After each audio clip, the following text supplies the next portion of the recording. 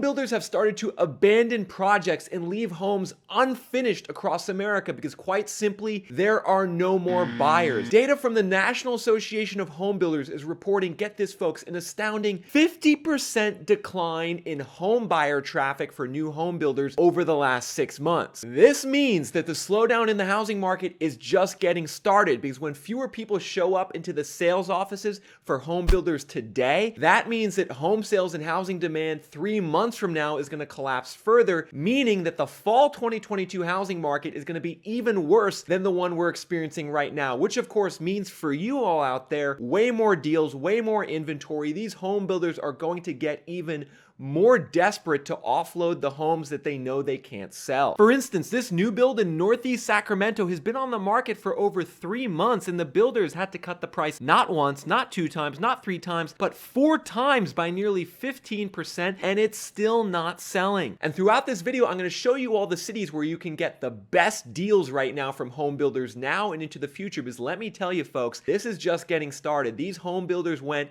a little too crazy during the pandemic. Take a look at this right now. There's nearly 850,000 single-family homes in America actively under construction, according to data from the US Census Bureau. But really what I want you to pay attention to, everyone, is the increase in construction in the last 2 years alone. We can see in January 2020, there was only about 500,000 homes actively under construction. Now there's 834,000 homes. And so that's a massive 60% increase in the number of single-family homes that builders are currently building. But it's one thing to see these numbers on a page, to see the record surge in home building visualized in a line graph. It's another to see what this actually looks like in different home building communities around America. So what I'm about to show you is a trip I took to a local home building development here in North Dallas, and everyone, I could not believe what I saw. If you guys want to see just how many homes are being built in America right now, check out this street. We just have new home after new home after new home after new home. I mean, there's hundreds in this development that I'm driving through right now. I'm taking a left, we got even more new homes, and so inventory is already surging across the US housing market right now, folks, but it's gonna be surging even more in future months as all of these backlog homes finally start to get completed. And folks, when they're delivered, there will be no buyers for them. Because if we go back to the indicator on homebuyer traffic that I talked about in the beginning, we can see now that homebuyer traffic in America is at its lowest level since 2015, just as homes actively under construction are at an all-time high. And so what this massive gap between the building line and the demand line is telling you is that this housing crash is going to get much worse over the next several months, which is going to mean further increases in inventory, bigger declines in prices, and oh yeah, a recession to go along with it, because the housing cycle and home builder sentiment historically is predictive of when the economy flips into recession. Because if we look back at the last 50 years of data on single-family housing starts in America, we can see there's a very cyclical nature to the home building industry. It goes up, it goes down, it goes up, it goes down. And these undulations in the home building industry can help you predict if a recession is around the corner. Because if I add the yellow recession bars to this graph, you can see very clearly what the situation is. In 1973, we had a decline in home building and a big recession. In 1978, we had a big decline in home building that lasted 4 or 5 years in a double dip recession. Same thing in the late 80s. Same thing, of course, after the big financial crash in 2006, 2008. Now, interestingly, we did not really have any decline in home building during the mini recession that occurred at the start of the pandemic, which suggests to me that we're overdue for a collapse in the home building industry. But this collapse is not going to be evenly distributed around America. There are certain cities that are way more in the crosshairs of this home builder crash and this housing crash than other cities. For instance, if we take a look at this map, you can see that it's the areas in red that have the biggest economic and housing market exposure. Put simply, these are the areas that have built the most homes over the last 1 to 2 years. One such location would be the corridor from Salt Lake City to Provo, Utah, where right now, according to Redfin, home builders have a price cut on over 40% of all the new construction listings currently on the market. Meanwhile, in Houston, home builders have a price cut on over 35% of all the newly built homes. And in Phoenix, there's a price cut on over 30%. And what's really exciting for you as a potential home buyer or real estate investor right now is that these home builders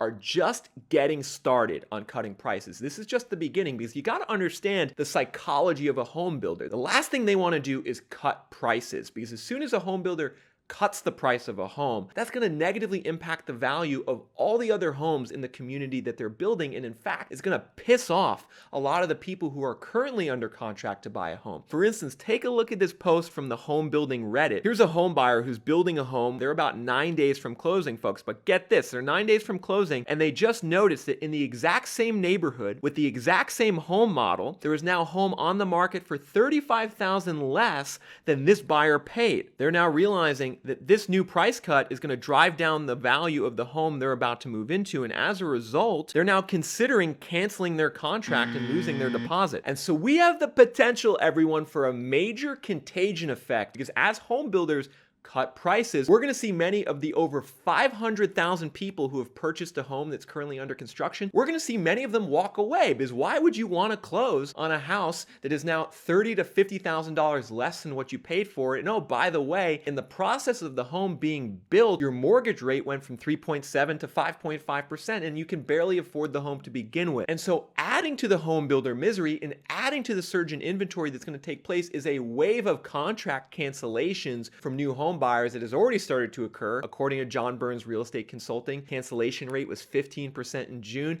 That cancellation rate is going to march higher in coming months. Don't be surprised if it hits 20% by August or September, at which point the housing market's going to be in complete free fall. Particularly in one housing market where already over 50% of the home builder listings have a price cut, this housing market is doomed. I would not want to be a homeowner or a buyer there right now. Prices are going to be coming down very, very fast. But before revealing what that city is, I want to address a point that I think is on a lot of your minds right now. I see it in the mainstream news. A lot of people are saying, well, wait a minute, if home builder confidence is slipping and the sale of new homes goes down, and as a result, home builders build fewer homes, is that maybe a bad thing? For instance, CNN Business just came out with an article saying that home building stalls as the real estate market cools. That won't help affordability, with the implication being that the 16% decline in single-family housing starts in America year over year is going to rob the housing market of new homes in the future and keep prices high. And the central theory underpinning this argument is that America has a structural shortage of homes. A lot of people talking about the fact that we could be 3 million homes short or 5 million homes short in America, and that we underbuilt for the last 20 years, and that we're just in a perpetual shortage of housing. And what you all got to understand is that is not true. There is no structural shortage of homes. And in fact, we're building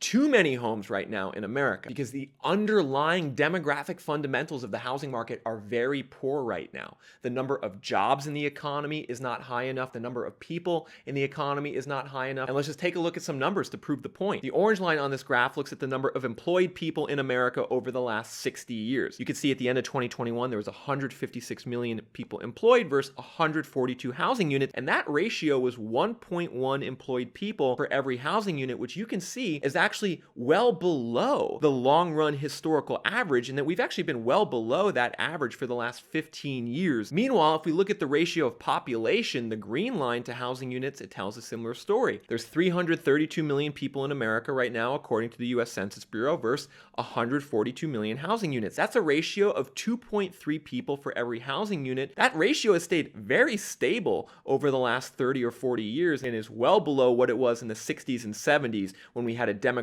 boom in America. So I would encourage you all, don't be freaked out or scared by these false narratives that there's a structural shortage of housing in America. It's just not true. The reality of the situation is more like there was a temporary shortage of housing in America over the last 2 years due to all of the unprecedented government interventions in the housing market. The US government, they banned foreclosures for 2 years, so we had 700,000 fewer foreclosures. They banned evictions. We had 3 million fewer evictions than normal. They pumped $50 billion in direct assistance to tenants and landlords in the rental market. And oh yeah, on top of that, the low interest rate environment for the last 2 years made it very easy for investors to buy. Investor purchases went from 800,000 in 2020 to 1.4 million in 2021. So the combination of those factors is how you get the appearance of a shortage of housing. It's why for sale inventory was so low for so long. It's why the rental market is still very tight and rents are going up. But what you got to understand is that those were all temporary situations. And now that we're heading into a recession,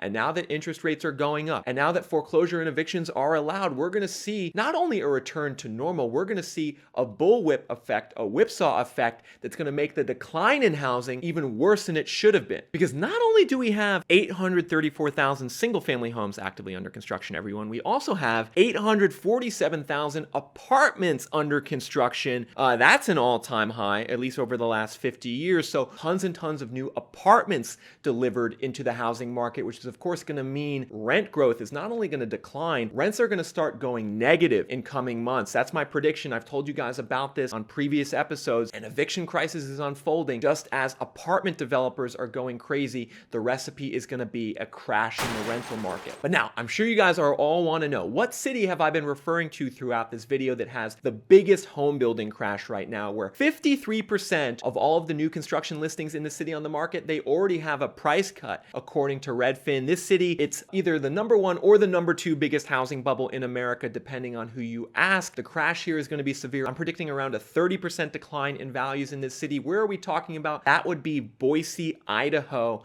Boise, Idaho, the home builders are running scared. They've stopped development on new projects because they know they're not going to even be able to sell the ones that they currently have completed or the ones that are currently under construction. So watch out for this home building crash in Boise. If you guys enjoyed the video, do me a favor and just make sure to smash that like button into oblivion, and also leave a comment below. I want to know what you think about this home builder crash and if you're seeing it occur in your city.